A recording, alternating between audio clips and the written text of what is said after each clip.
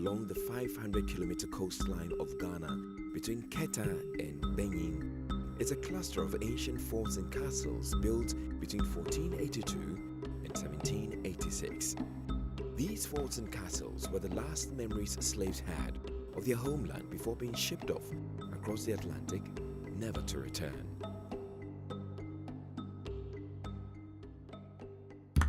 Initially, these strongholds served as fortified trading posts, offering protection from other foreign settlers, threats from the African population. Trading in beads, tobacco, rum, ivory, gold, and other wares boomed until the castles gradually imprisoned slaves who were reduced to yet another commodity.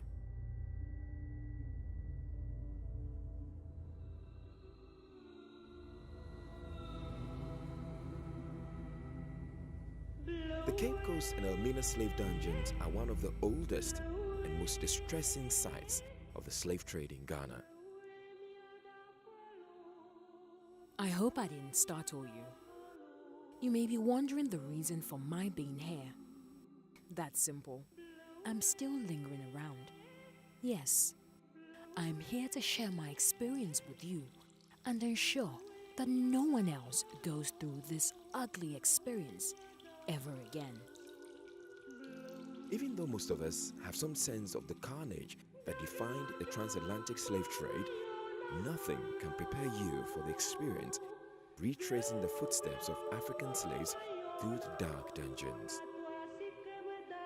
Once a slave set foot in the castle, he could spend up to 3 months in captivity under dreadful conditions before being shipped off to the New World. I remember the stench that greeted me when I first entered this room. Every hope I had ever nursed vanished as everyone could be seen gasping for air. There were no windows, only a couple of holes that allowed in some little air, just enough for us to stay alive.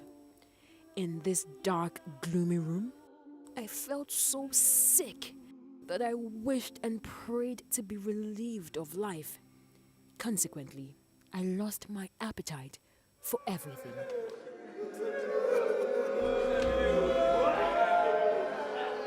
The heat in the poorly ventilated room was insufferable. Coupled with that, the floor was covered with the blood and mucus which had come out of the slaves because of the unrest. As slaves, our spirits had already been broken, and our self-esteem already wallowed in hopelessness. We were auctioned at the marketplace in the courtyard, where the men were separated from the women. You considered yourself lucky to be alive because those who were of no use to the slave traders were thrown into the sea.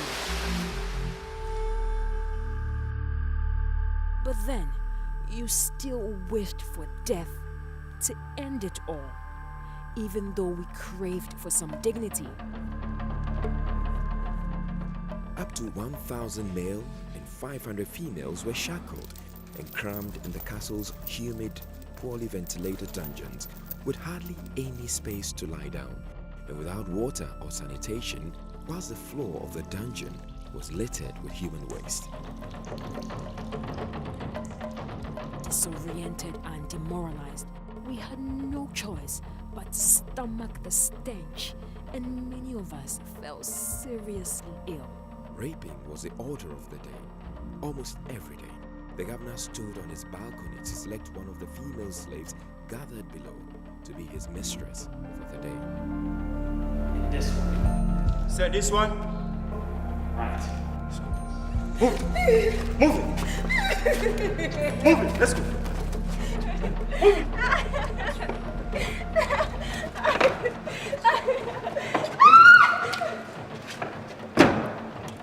After being at the mercy of his sexual fantasies, the terrified women were given a proper meal and a bath, possibly the first wash they would have had since being kept in the dungeon. Sometimes, the torture was too much to bear, and this usually resulted in some kind of resistance.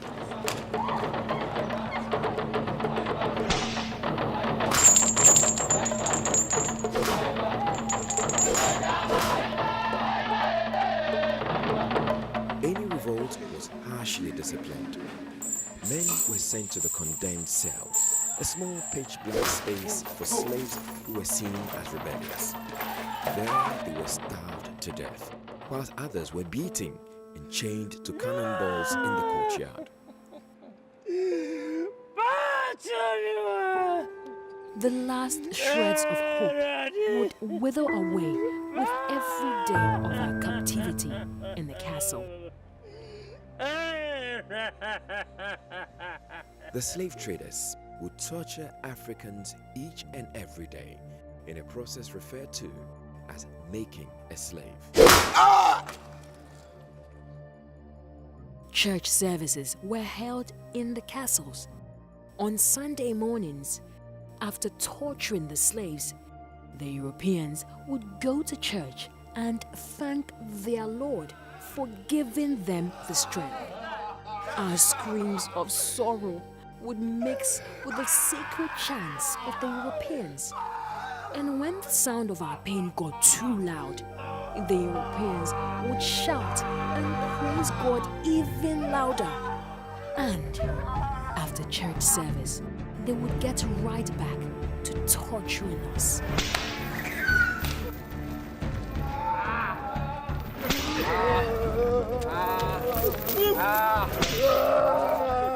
All of you, just behave, and this will go a lot easier than it has been.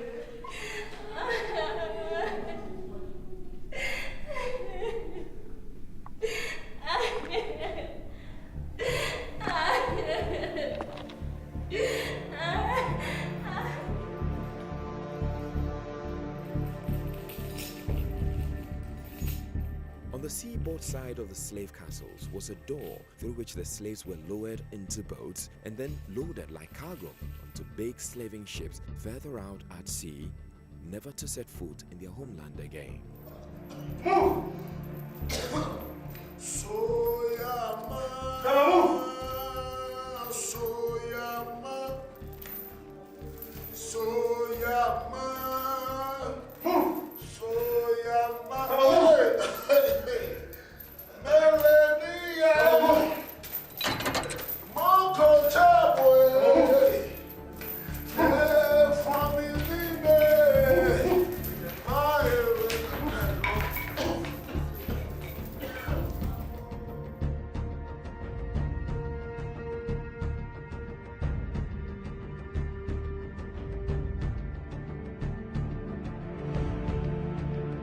And with a final goodbye to the freedom we once knew, those of us who survived outbreaks of malaria, cholera, and yellow fever took our final steps on this continent through the door of no return, the last stop before embarking on the treacherous journey across the Atlantic Ocean.